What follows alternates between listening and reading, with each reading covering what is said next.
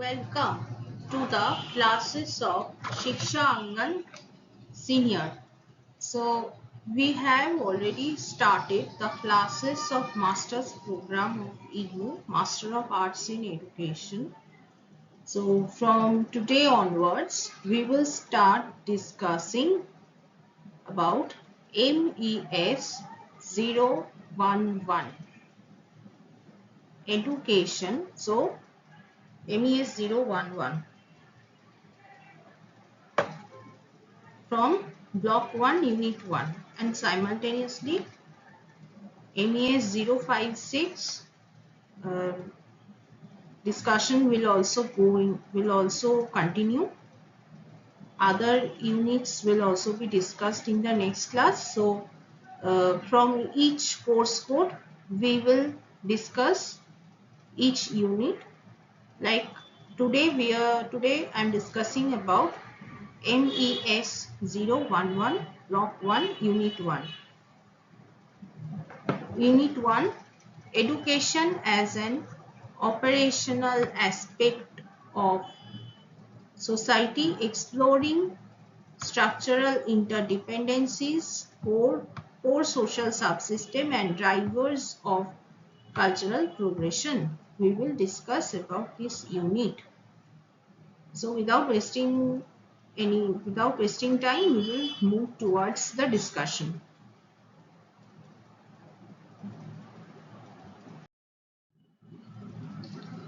So why we are going to discuss this unit and what are the main learning objectives of this unit?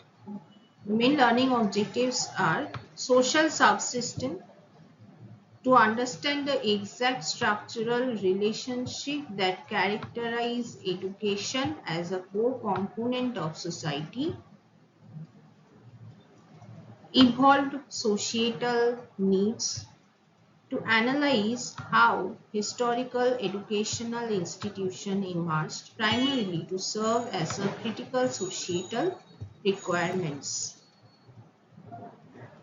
state policies and equity, for examining the legislative and constitutional provisions implemented to level inequality across Indian communities. So these are the learning objectives of this unit.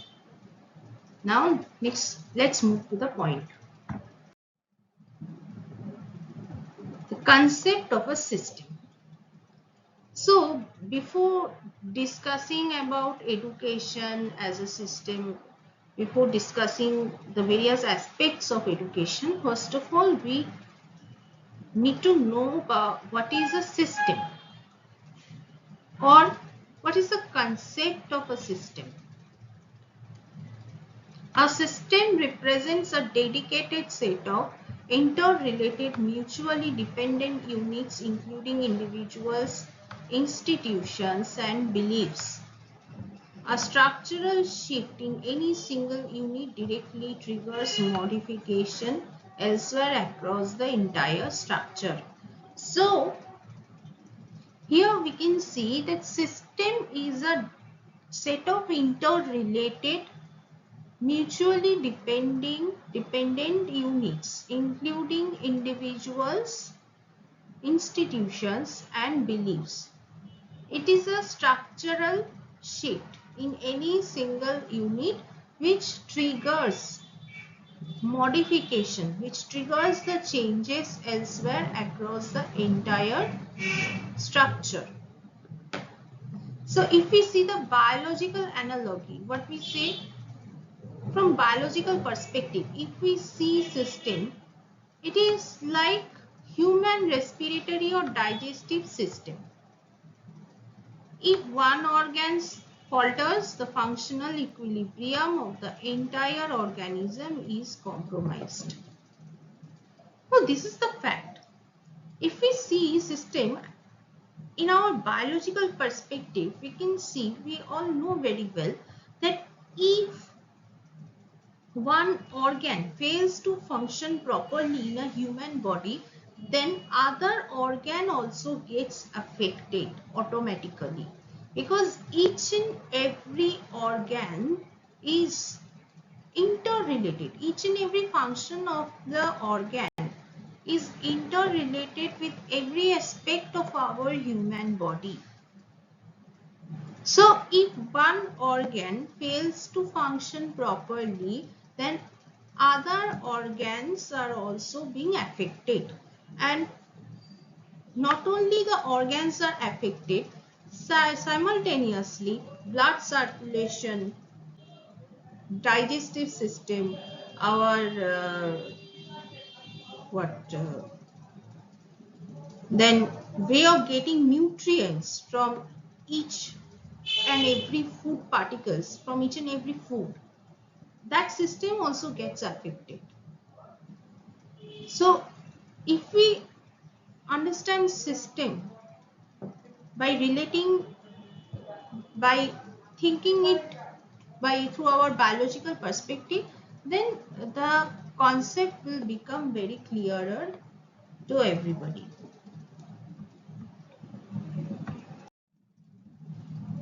Next, let's see society as a social system. Society is also a system, is also a part of a system, not system. It is better to say a part of a system. Society is also a part of the system. How? Unified interaction network.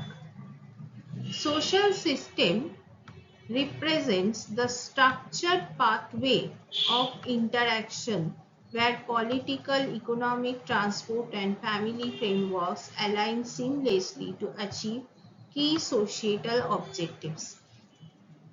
How society acts as a social system?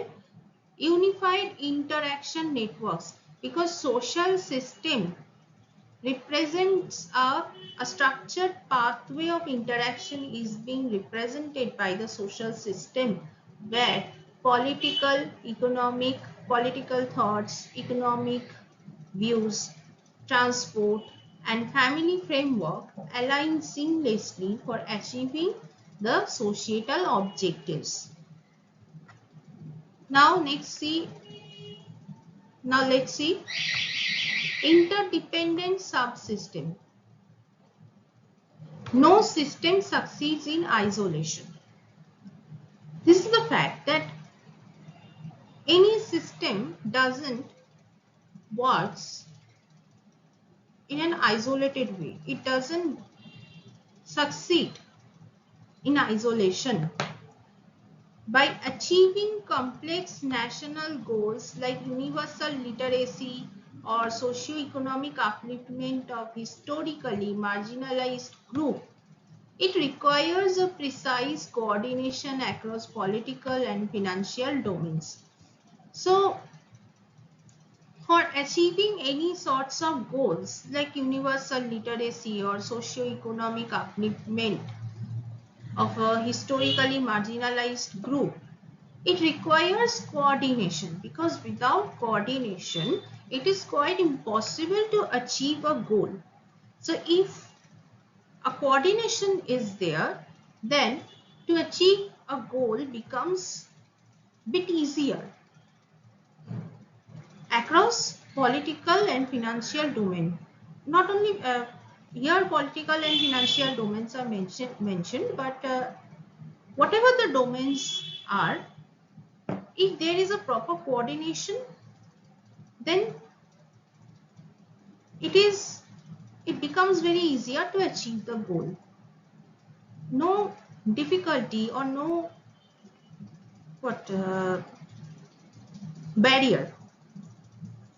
Any barrier can't create any obstruction in achieving the goals.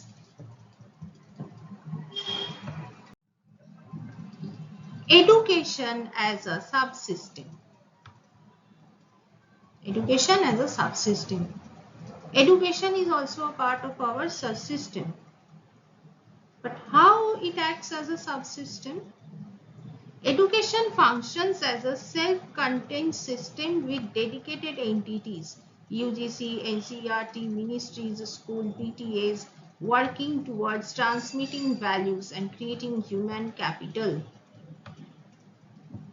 So education functions as a self-contained system with dedicated entities. What are the dedicated entities? UGC, University Grants Commission, NCERT, National Council for Educational Research and Training, ministry level are also there, school, parent teacher association, which works towards transmitting the values and creates a human capital. Dual functional dimension. Now, but it is functioning as it works as a dual functional dimension. Internal integration, harnessing local and state resources for designing robust curriculum.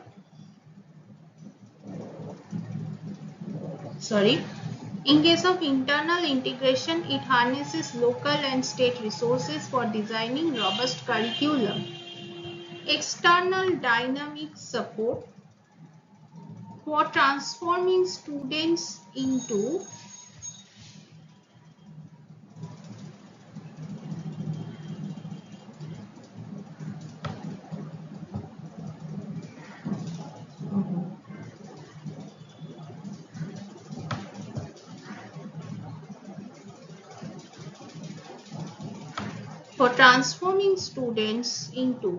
capable human resource personnel prepared to power other active societal structures.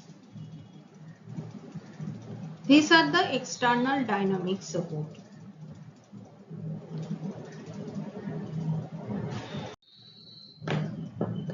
Now we will see three pillars of social education. There are three pillars of social education. What are these three pillars? First is cultural transmission, preserves and passes down established tradition, norms, and collective values to the incoming generation.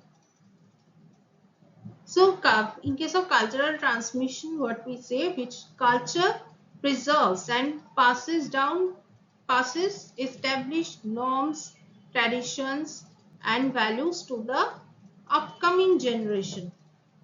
And in case of cultural transmission, we see that each and every state possesses different cultures. So our culture, our tradition is different. Their culture, their traditions are completely different. So whatever norms, beliefs, values that are persistent in the culture, that is preserved and it is passed to the next generation. Because we all know the concept of acculturation, inculturation. We will discuss in next unit. So whatever culture we possess, from wherever we belong, we possess some culture. So whatever culture are being possessed by us, so it is the responsibility by us or by any individual. So it is the responsibility of that individual to preserve the culture, and so that next generation can able to know about the respective culture. Specialized allocation. It prepares and trains the workforce for complex adult occupational structures in advanced divided labor market. So it prepares and trains the workforce for complex adult occupational structure in advanced and divided labor market. Knowledge evolution. It fosters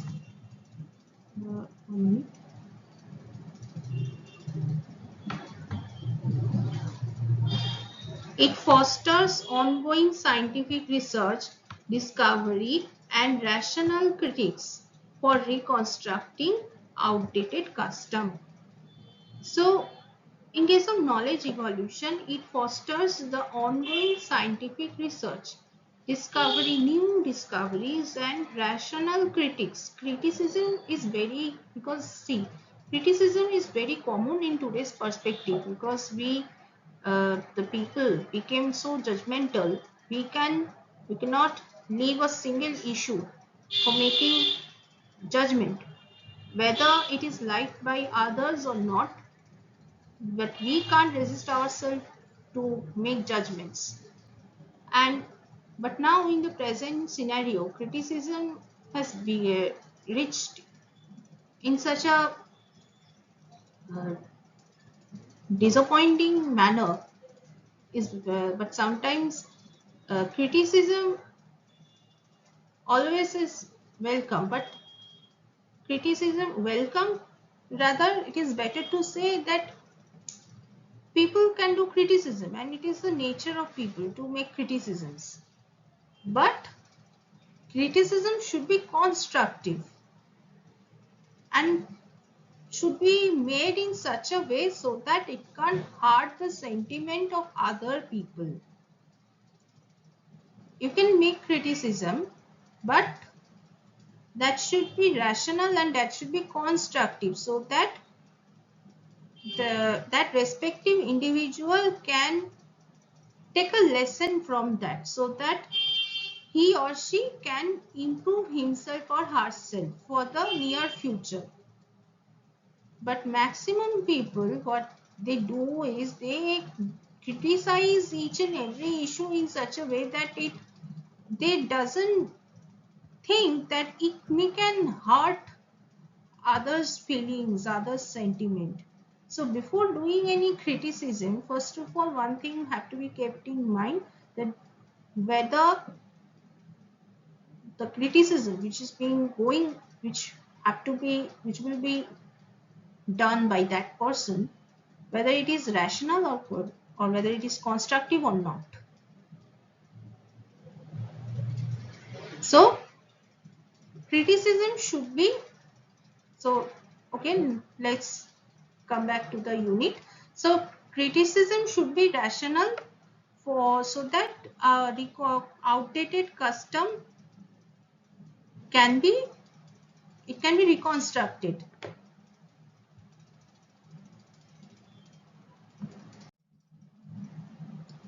Transmission of culture.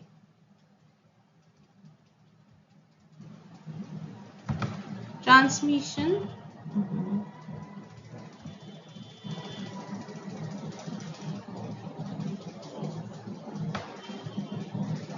transmission of culture, cultural transmission.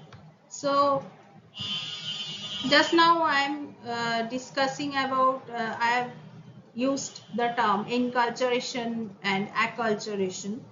Enculturation, what is enculturation? The informal and continuous process where youth adopt their society's traditional custom, greetings and values. As societies grow complex and accumulated massive stores of knowledge, informal family-based transmission proved insufficient.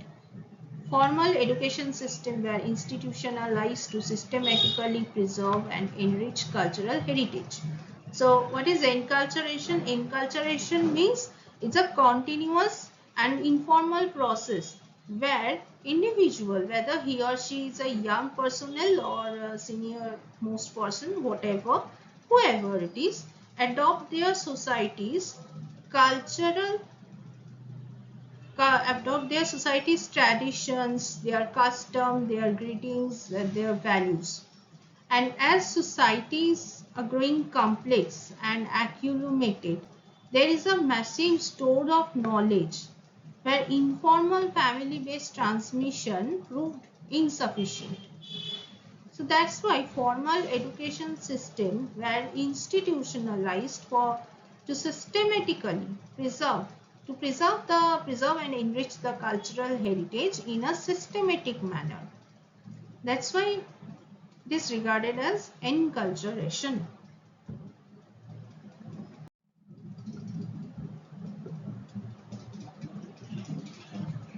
Training for specialized roles. Adapting to technical shift. Unlike pre-industrial societies where vocational skills are passed by simple generational lines, modern industrial specialization mandates standardized instruction. So unlike pre-industrial societies where vocational skills are provided in a very simple and in a generational lines, modern industrial specialization mandates the standardized instruction, presents their specialization in a very standardized way. Bridges to achievement. Sociologist Talcott person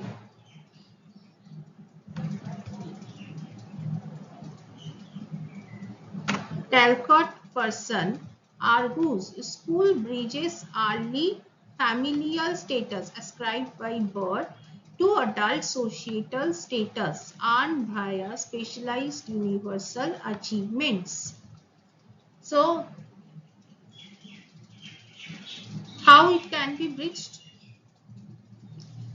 Here, to bridge this achievement, sociologist Talcott person here argued that school bridges early familial status which is ascribed by birth to adult societal status which is earned via specialized and universal achievements.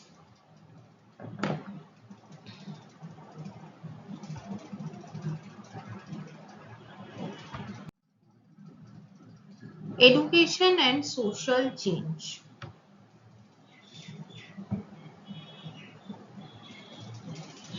So according to Indian Education Commission 1964 to 60, according to Indian Education Commission 1964 to 66, what they say that if this change on a grand scale is to be achieved without violent revolution, there is one instrument and one instrument only that can be used is education. So according to the thought of Indian Education Commission, they say that if this change has to be achieved in a very massive scale without practicing any violent revolutions, only one instrument is there, that is education.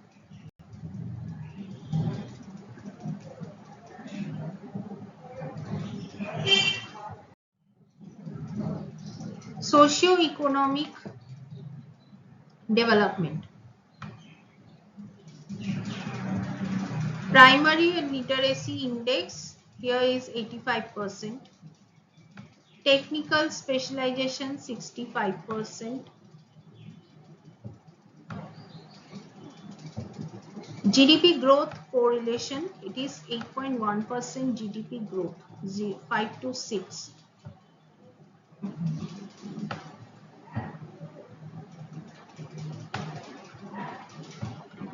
So these are the percentages of this index. Primary literacy index 85%, technical specialization 65%, GDP growth correlation 8.1%. So these are all the approx percentages are given, but this may vary. The percentage rate may vary. In the present scenario, if we judge this all index in present perspective, this percentage may vary. It may some changes may be there. So you can remain pretty sure that the percentage which is being shown here, that same percentage will remain in the near future. It may change.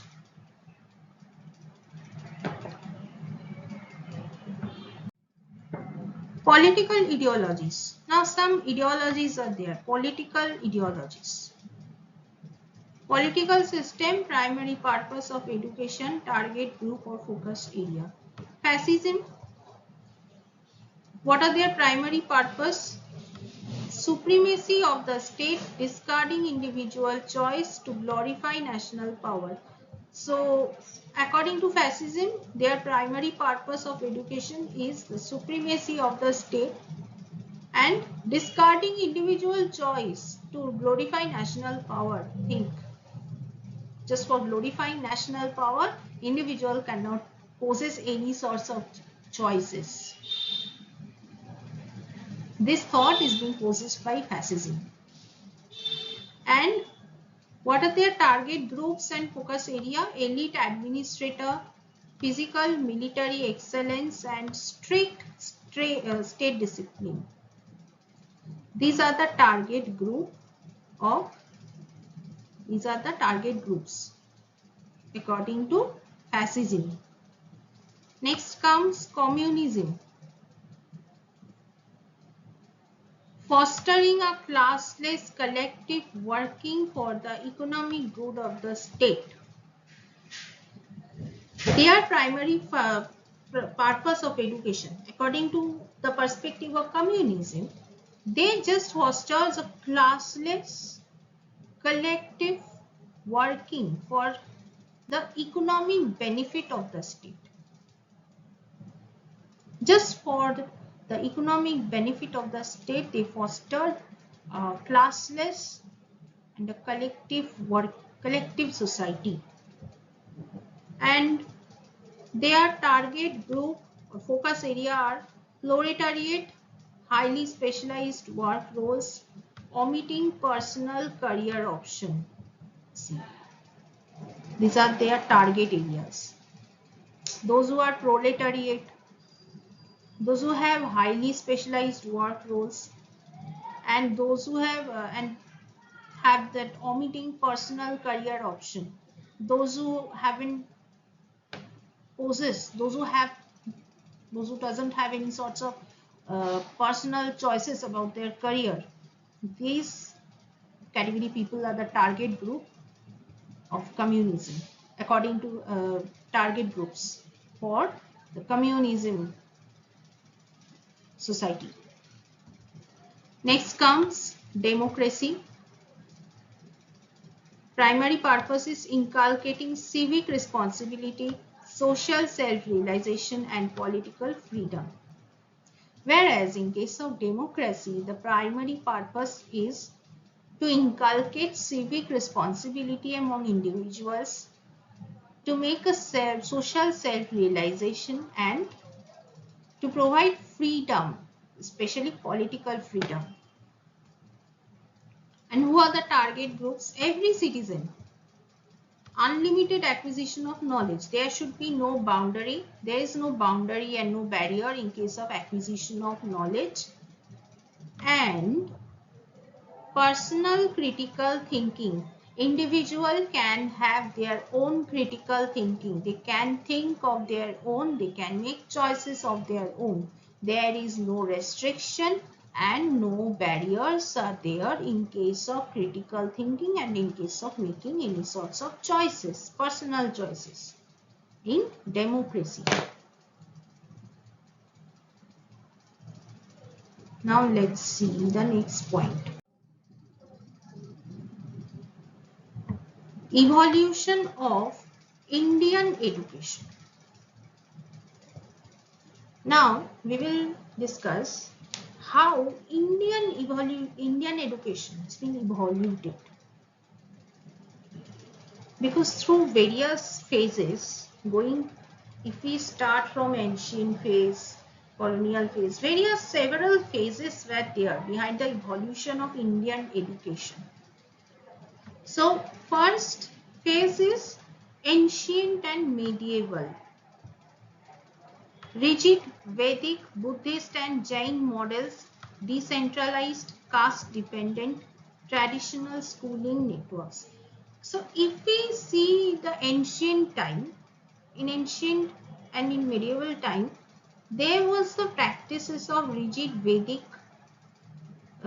Buddhist and Jain models were followed. Decentralized education was decentralized, caste dependent, and was completely dependent on caste, and schooling networks were traditional.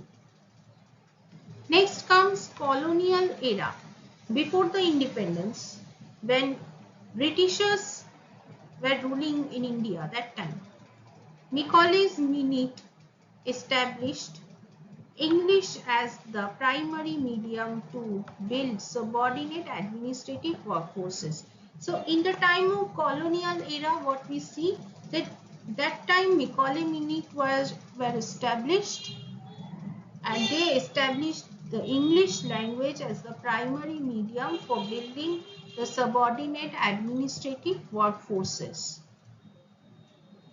Now next comes post-independence. After independence, how education system evolved. Major commissions like Radhakrishnan Commission, Kothari Commission, Indian Education Commission, other name of Kothari Commission, formulated the universal 10 plus 2 plus 3 curriculum blueprints. So after independence, again new commission and committees were formed. And that time, Radhakrishnan Commission, Kothari Commission, Mudaliar Commission, obviously Mudaliar Commission was also there. They formulated the universal structure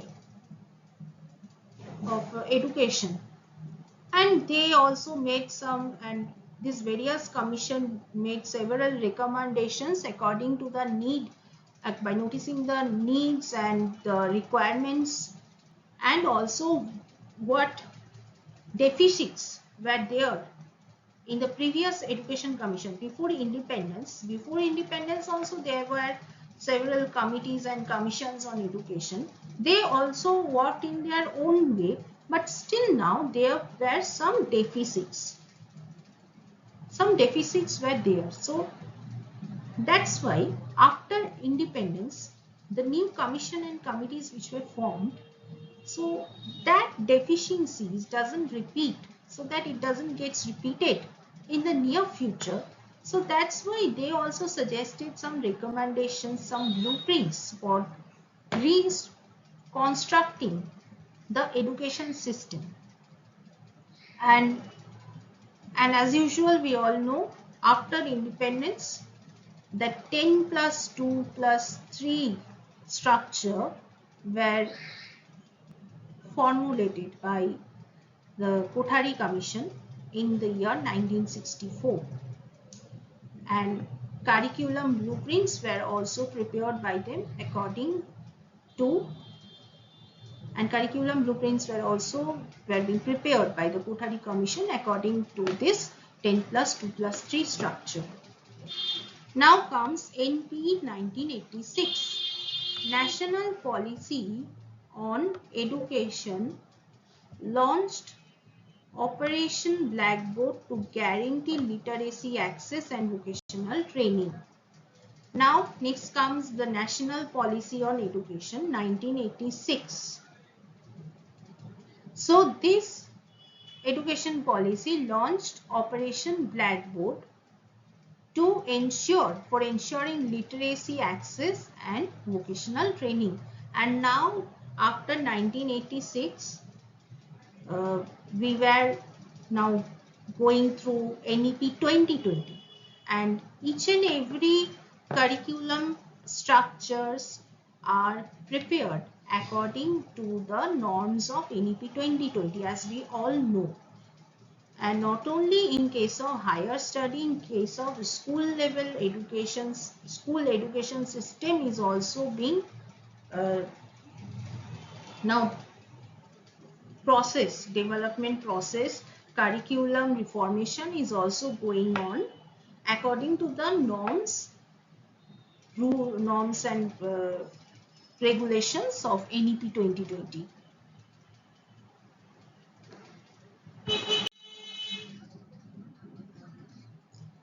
Now let's see Constitutional safeguards. Constitutional safeguards.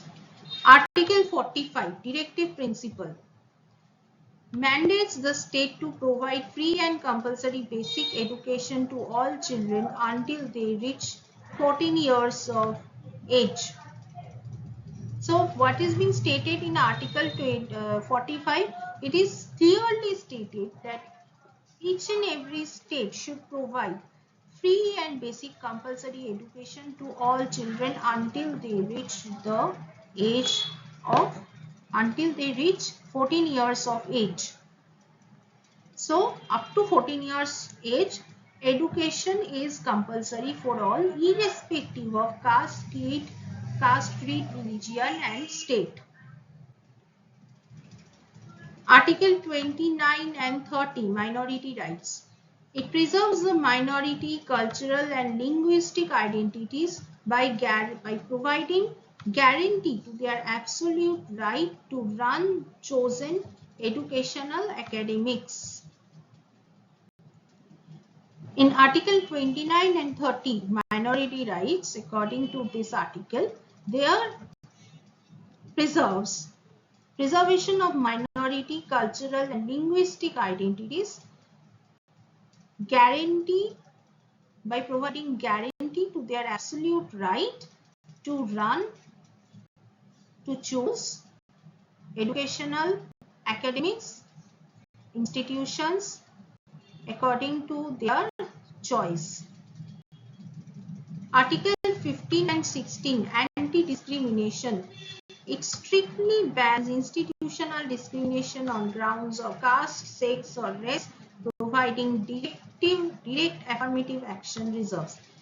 So in this article 15 and 16, strictly there any institutional discrimination is strictly prohibited on the basis of caste, creed, race, religion by providing direct, and if any sorts of discrimination occurs there, then strict action should be taken according to this article.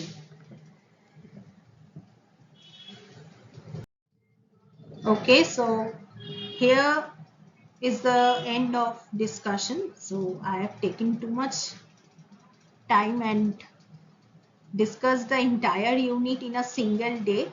So nothing to be get worried if you find it difficult to understand in a single day. You may watch the recorded version of my video. You can take your time to memorize the each and every points. So till then we conclude our discussion of unit 1 of block 1 from MES 011.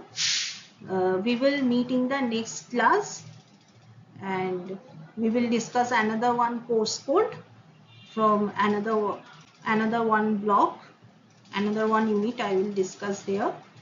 Till then, stay tuned, stay happy, stay blessed, and please make a comment how is today's class and give a like to the video.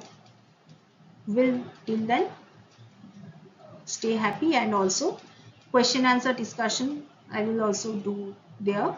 So stay tuned for the next class. We will meet in the next class. Thank you.